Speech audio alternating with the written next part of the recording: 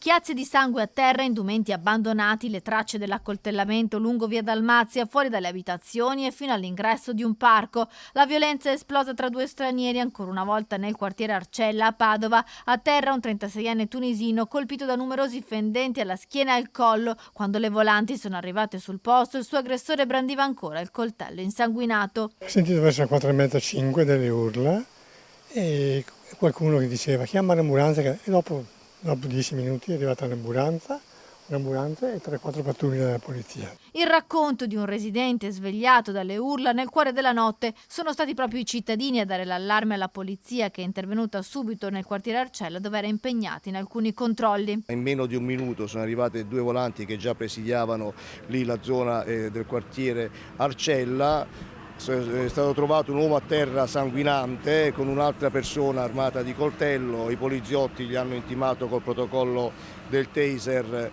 di lasciarlo cadere. Lui non ha opposto resistenza, quindi è stato bloccato. Il 50enne senegalese è stato arrestato per tentato omicidio. Ha precedenti per lesioni, rapina, minacce e spaccio. A terra in una pozza di sangue un 36enne tunisino irregolare è stato intubato e portato in ospedale, dove è stato sottoposto ad un intervento chirurgico. All'origine dell'accoltellamento questioni legate ad attività illecite. Nelle ultime settimane il quartiere Arcella è stato teatro di episodi di violenza. Un 22enne è stato arrestato 2 giorni fa dopo aver esploso dei colpi di pistola in stile stesa napoletana, modalità tipica della criminalità campana per rivendicare il controllo di una determinata zona. Sempre nei giorni scorsi anche un'altra rissa armata tra clan in piazza della Vecchia per un presunto regolamento di conti tra spacciatori, dove è rimasto ferito un 25enne pregiudicato.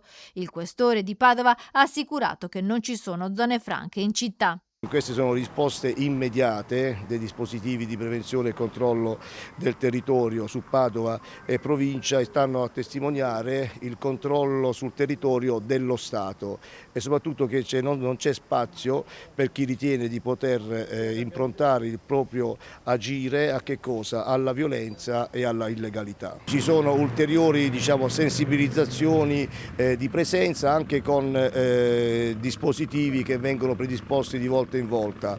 All'Arcella già ci sono, è chiaro li andremo ulteriormente, visti questi 2 episodi ravvicinati, a implementare ulteriormente.